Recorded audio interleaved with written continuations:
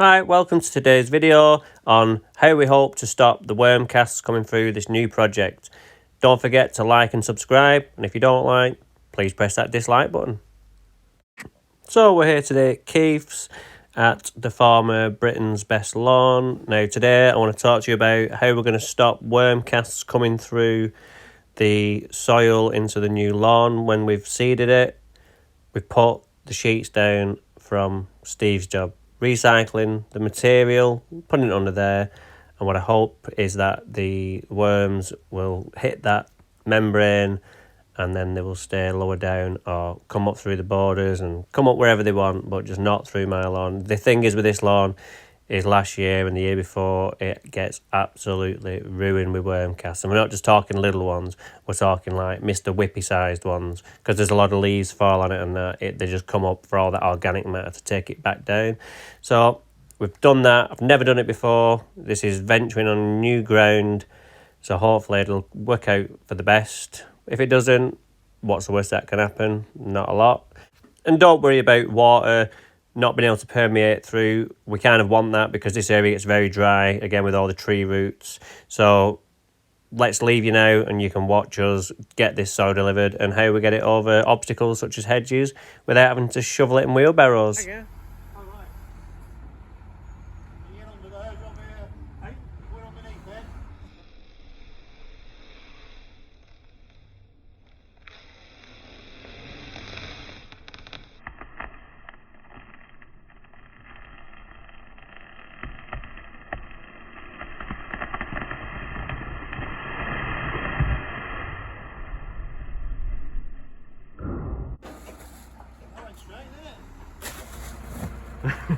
You made hard look at that, Keith. Just here. Bit this way. Down. It's like a teddy bear at fur. Yeah. You bit back actually. Yeah. Bit this way. Golden. Yep. Yeah. Right, just slice it like through middle, Keith. Just straight through middle. And then the other way. And then do like a cross.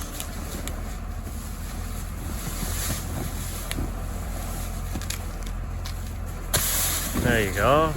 And then do one like underneath there like that. But don't stand under it.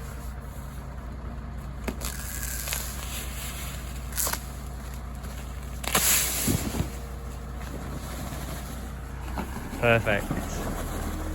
Right, just drop it down a little bit. So now I've got the unenviable task of moving all this into position.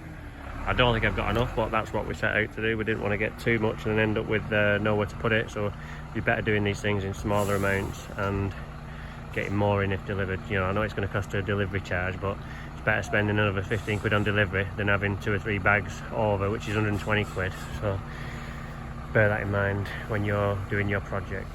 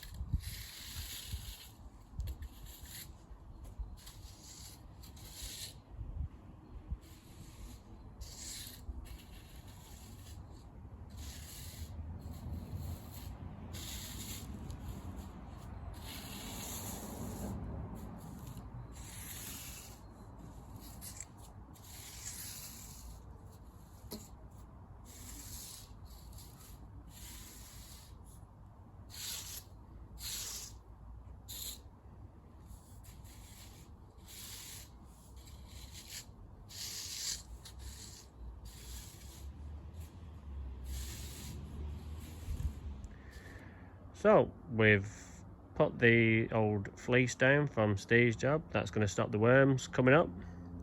So hopefully that'll stand us in good stead for them minging worm casts, which just ruin everything. 4 tons. Just need 1 more ton. How short were we? And I almost ordered 5, but I talked myself out of it. So looking back, should have got 5, but like I said before, if we'd have got 5 and would have needed 4, would have had a ton left over. And because it's a sandy root zone, you can't use it on the borders or anything because it's not decorative. So you're a ton short, and then it's like, what do I do with it? So then it'd be a skip or something. So it's worked out for the best. It's going to rain now for the rest of the afternoon anyway.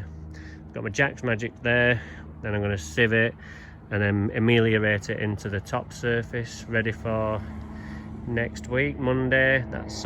This root zone's been delivered, so we can crack on. And I've got some tips to show you, which we're going to get grass growing here in 48 hours. Guaranteed. Well, I say guaranteed, but germination in 48 hours. Maybe some red-green tips. So really put myself on the line here for you, but this is what we've got to do to push boundaries.